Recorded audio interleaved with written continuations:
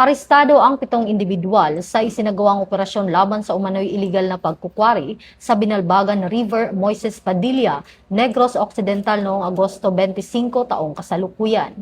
Pinangunahan ng Regional Special Operation Group ng Police Regional Office Negros Island Region, katuwang ang Moises Padilla Municipal Police Station at Mines and Geoscience Bureau Negros Island Region ang operasyon matapos makatanggap ng impormasyon hinggil sa umano'y iligal na pagkuha ng mga quarry resources sa naturang lugar. Kabilang sa mga naaresto ang 7 lalaki na may edad 28 hanggang 45 taong gulang na pawang mula sa iba't ibang bayan ng Negros Occidental.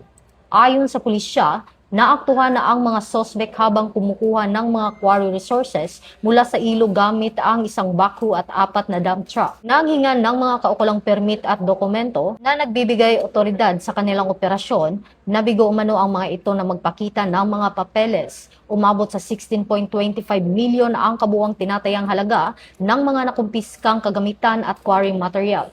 Ayon kay Chief PNP, Police General Jose Melencio C. Nartatis Jr., patuloy na paiigtingin ng PNP ang pagpapatupad ng batas laban sa mga iligal na aktibidad na nagsasamantala sa likas na yaman ng bansa. Bahagi ang operasyon sa pagpapatupad ng PNP Focus Agenda, partikular sa Enhanced Managing Police Operation, sa pamamagitan ng maagap at matatag na pagpapatupad ng batas laban sa iligal na pagkukwari at iba pang gawaing nagbabanta sa likas na yaman.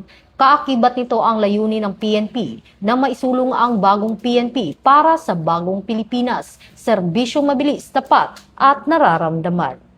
Mula dito sa Campo Crame, ako po ang inyong PNN correspondent, Patroluman Resali Umalay, nagbabalita para sa Police News Network. Alagad ng batas, tagataguyod ng balitang pulis. Ito ang bagong PNP para sa bagong Pilipinas, serbisyong mabilis, tapat at nararamdaman.